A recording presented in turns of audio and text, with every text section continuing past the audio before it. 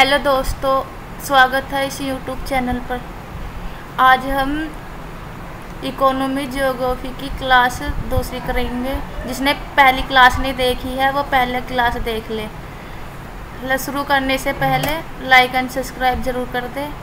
हम इस क्लास में मोस्ट इम्पोर्टेंट क्वेश्चन करा रही है जो पिछली बार पेपर में आ चुके हैं, इस बार भी आने की संभावना है। तो हम पहला क्वेश्चन है, विकासशील देश के विकास पर वैश्वीकरण के प्रभाव की विवेचना कीजिए। यानी वैश्वीकरण का विकासशील देश पर क्या प्रभाव पड़ा है। तो पहले हम वैश्वीकरण को जानेंगे कि वैश्वीकरण क्या है। वैश्वीकरण विश्व की अर्थव्यवस्था का एकीकरण करता है। यानी जो भी विश्व में जो अर्थव्यवस्था है उसको केंद्रीकरण करने का काम करता है। विश्व के सभी देशों को बाजार का एकीकरण, यानी विश्व के सभी देशों को बाजार का एकीकरण करता है। वैश्वीकरण निजीकरण और बाजारीकरण को बढ़ावा देता है और पूंजी का केंद्रीकरण करने के लिए प्रोत्साहित करता है। इसी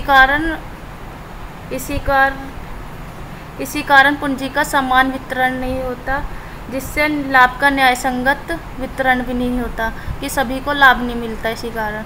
तो हम शुरू करेंगे आंसर कि वैश्वीकरण का विकासशील देशों पर मिश्रित प्रभाव पड़ता है। यह आर्थिक विकास और व्यापार में वृद्धि का अवसर प्रदान करता है। यानी आर्थिक विकास मतलब आर्थिक विकास में आय को बढ़ावा देने का काम करता है और व्यापार में वृद्धि करता है, लेकिन साथ ही असमानता और गरीबी का सांस्कृतिक नुकसान जैसे जोखिम पैदा करता है। यानी लाभ का हिस्सा सभी में नहीं मिलता, तो इस कारण लाभ का जो गरीब है वो गरीब ही रह जाता है और जो अमीर है अमीर बन जाता है। तो इस वजह से असमानता को बढ़ावा देता है। गरीब है तो गरीबी आवेगी। तो दूसरा, इसके कुछ सकारात्मक प्रभाव है, कुछ नकारात्मक प्रभाव। सकारात्मक प्रभाव में आर्थिक विकास आता है। यानी वैश्वीकरण के प्रभाव के कारण आर्थिक विकास होता है। आर्थिक वैश्वीकरण के विकासशील देशों का विदेशी निवेश, प्रौद्योगिकी हस्तांतरण और अंतर्राष्ट्रीय बाजार तक पहुंच हासिल होती है। यानी इसने जो निजीकरण को बढ़ावा देने से लोग निवेश करने लगते हैं और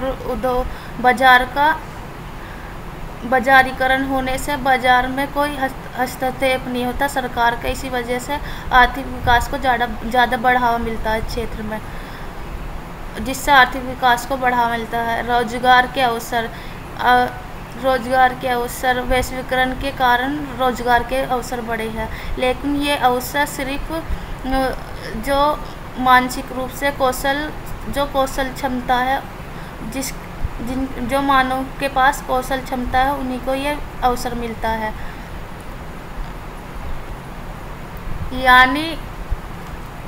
यानी इसने जो वैश्वीकरण ने अधिक लाभ के लिए तकनीकरण को प्रोत्साहित किया है, जिससे रोजगार का सृजन भी कम हुआ है। सिर्फ जो कौशल रूप से सक्षम है उनको रोजगार मिलता है। विदेशी कंपनियों के निवेश और अंतर्राष्ट्रीय व्यापार में वृद्धि के विकासशील देशों में रोजगार के अवसर बढ़ते हैं।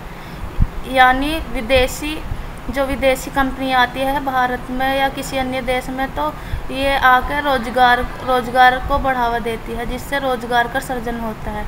नंबर 3 फैक्टर है मुक्त व्यापार। वैश्वीकरण ने मुक्त व्यापार को बढ़ावा दिया है।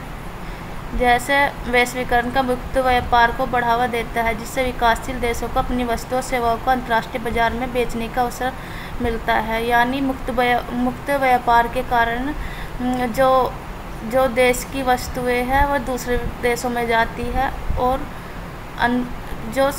सेवाओं को बेचा जाता है, जिससे पूंजी का निर्माण होता है। नंबर 4 फैक्टर है शिक्षा और स्वास्थ्य में सुधार। वैश्वीकरण के कारण शिक्षा और स्वास्थ्य में सुधार आया है, क्योंकि जो वैश्वीकरण में विदेशी लोगों ने आकर शिक्षा और स्वास्थ्य के क्षेत्र में हस्तक्षेप यानी बढ़ावा दिया और अपनी पूंजी का निवेश किया, जिस कारण शिक्षा और स्वास्थ्य में अधिक वृद्धि हुई है। जैसे वैश्वीकरण से विकासशील देशों के शिक्षा और स्वास्थ्य सेवाओं में सुधार होता है और जिससे जीवन स्तर में वृद्धि होती है। इसके कुछ नकारात्मक प्रभाव जैसे असमानता, गरीबी और भी कारक है जो हम आगे पढ़ेंगे। असमानता वैश्वीकरण ने असमानता को बढ़ावा दिया है, यानी जो उसने लाभ को प्रोत्साहित करने के कारण इसने लाभ का न्यायसंगत वितरण नहीं किया, जिस कारण जो अमीर है अमीर होता चला गया, गरीब के बीच गरीब ही रह गया। वैश्वीकरण अमीर और गरीब के बीच की खाई को चौड़ी कर सकता है, क्योंकि कुछ लोग इससे अधिक लाभान्वित यानी जो अमीर है उसको ज़्यादा लाभ प्राप्त होता है, जबकि कुछ लोग पीछे ही रह जाते हैं। गरीबी इसका महत्वपूर्ण फैक्टर है, क्योंकि जब वैश्वीकरण को बढ़ावा मिला तो जो विकसित अंतर्राष्ट्रीय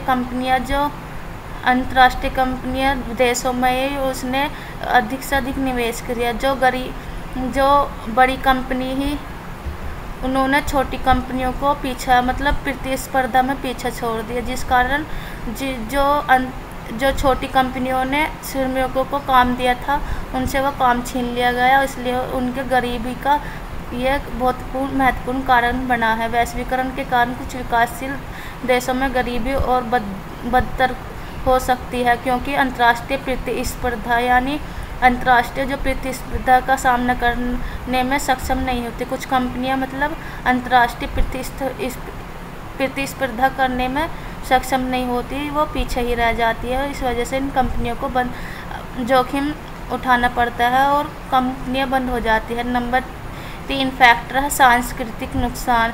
यह महत्वपूर्ण कारक है, इसका असर संस्कृति पर वैश्वीकरण का असर संस्कृति पर बहुत पड़ता है। चौथा फैक्टर है संस्कृति नुकसान। इसने जो वैश्वीकरण ने लोगों ने पश्चिमी संस्कृति को अपना लिया, इस वजह से संस्कृति पर गहरा असर पड़ा है। वैश्वीकरण के कारण विकासशील देशों की संस्कृति और भाषा बदल सकती है, क्योंकि वे पश्चिमी संस्कृति के प्रभाव में आ जाते हैं, यानी ये समझते हैं कि रोजगार जो मिल रहा है, यदि हमें लेना है तो हमें विदेशी भाषा अपनानी होगी। नंबर 4 फैक्टर है प्रदूषण। वैश्वीकरण ने प्रदूषण को बहुत ही ज़्यादा प्रभावित किया है, पर्यावरण प्रदूषण को प्रभावित किया है, क्योंकि वैश्वीकरण ने औद्योगिक क्षेत्रों को बढ़ावा दिया और उसमें ही लोगों ने निवेश किया और उन्होंने प्राकृतिक जो क्षेत्र है उनमें हस्तक्षेप किए, जिस कारण पर्यावरण प्रदूषण वैश्वीकरण का प्रभाव पड़ा है। वैश्वीकरण के कारण विकासशील देशों में पर्यावरण प्रदूषण और जलवायु का परिवर्तन खतरा बढ़ सकता है, क्योंकि वे अपने साधन तेजी से उपयोग कर रहे हैं, यानी लाभ प्राप्त करने के लिए प्रकृति का दोहन अधिक से अधिक कर रहे हैं। नंबर 4 है बाल श्रम।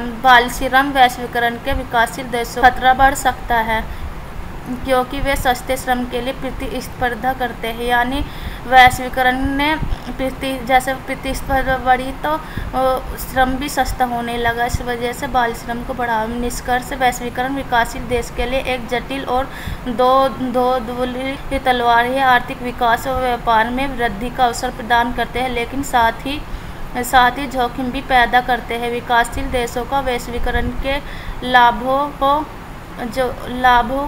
को करने के लिए नुकसान बेचने की उचित नीतियाँ और योजना बनानी चाहिए। प्लीज़ लाइक और सब्सक्राइब कर दिए। वीडियो अच्छी लगी है तो कमेंट्स में ज़रूर बताएं। अगली वीडियो भी इसी तरह आएगी। मोस्ट इम्पोर्टेंट क्वेश्चन कराए जाएंगे जो पिछले साल आ चुके हैं पेपर में। सब्सक्राइब ज़रूर कर देना प्लीज़।